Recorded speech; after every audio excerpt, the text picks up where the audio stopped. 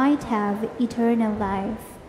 Alleluia, alleluia, alleluia,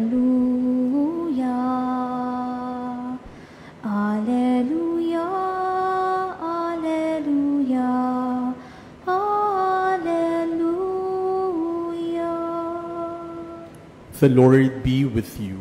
And with your spirit. A reading from the Holy Gospel according to John. Glory to you, O Lord.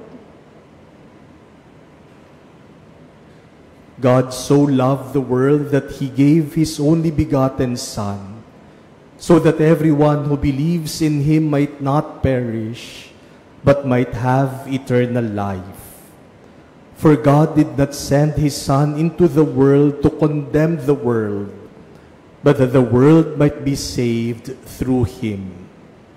Whoever believes in Him will not be condemned, but whoever does not believe has already been condemned, because he has not believed in the name of the only begotten Son of God.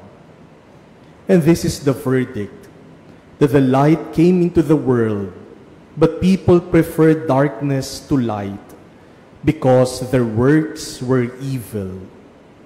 For everyone who does wicked things hates the light, and does not come toward the light, so that his works might not be exposed.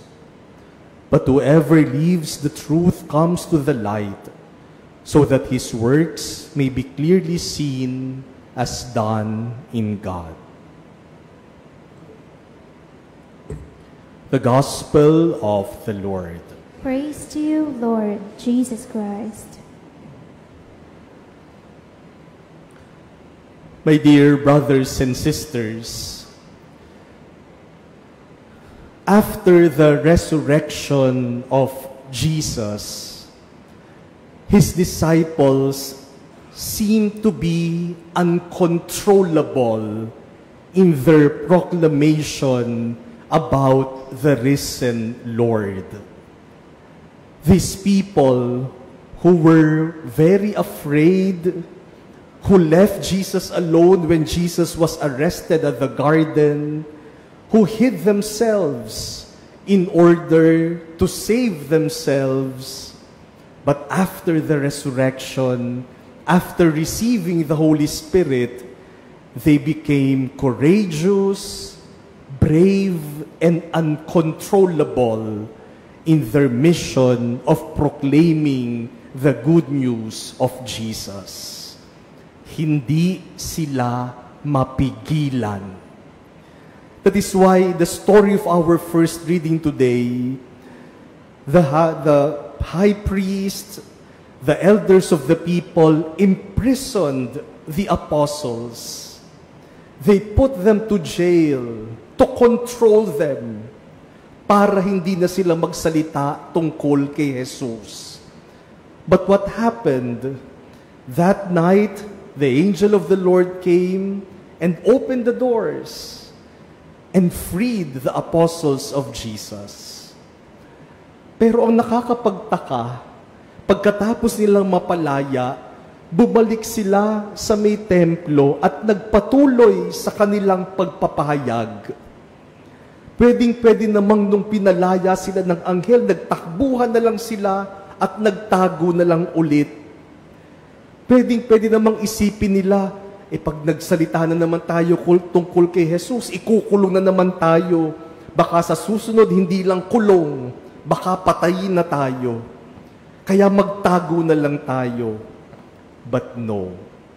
After they were freed from prison, they returned to the temple area and continued their mission of proclaiming the good news of Jesus. They were uncontrollable. And that is understandable because what they carry is not just ordinary news. They carry the good news of Jesus. What they preach is not just an ordinary person. They preach about Jesus, the Son of God.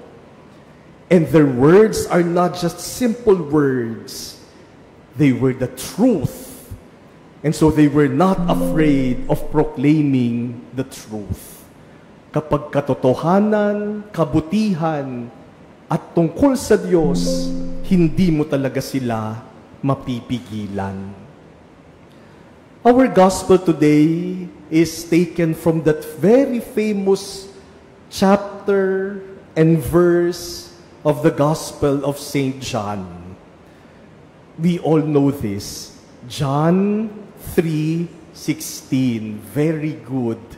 Kasi yan lang po ang kabisado ng mga Katoliko sa Biblia. John 3:16. For God so loved the world that He gave His only Son, that whoever believes in Him might not perish, but might have eternal life. It talks about the greatness of the love of God. A love that is also not controllable. Pag-ibig na hindi mapigilan. Kaya kahit sariling anak niya, ibibigay niya dahil sa kanyang pag-ibig para sa atin. We see the disciples of Jesus uncontrollable in their proclamation of the truth about Jesus. And we see the love of God, which is uncontrollable. He will give everything for us, His beloved. My dear brothers and sisters, it might be good to look at ourselves and check, what are the uncontrollable things in me? Ano ba yung mga bagay sa sarili ko na hindi ko mapigilan? Hindi ko mapigilang makipagtsismisan. Hindi ko mapigilang magmura. Hindi ko mapigilang sumigaw. Hindi ko mapigilang magalit. Hindi ko mapigilang manira ng kapwa. Hindi ko mapigilang manlait ng iba. Hindi ko mapigilan na hindi gumawa ng masama. Hindi ko mapigilan ang temper ko. Hindi ko mapigilan ang bisyo ko. Ano ba ang hindi natin mapigilan sa buhay natin? Sana masabi rin natin, hindi ko mapigilang magmahal. Hindi ko mapigilang magsabi ng totoo. Hindi ko mapigilang magbigay. Hindi ko mapigilang dumamay. I cannot control myself when it comes to doing good. I cannot control myself when it comes to doing what is God's will. If we are able to do that, then Jesus is truly risen in our lives.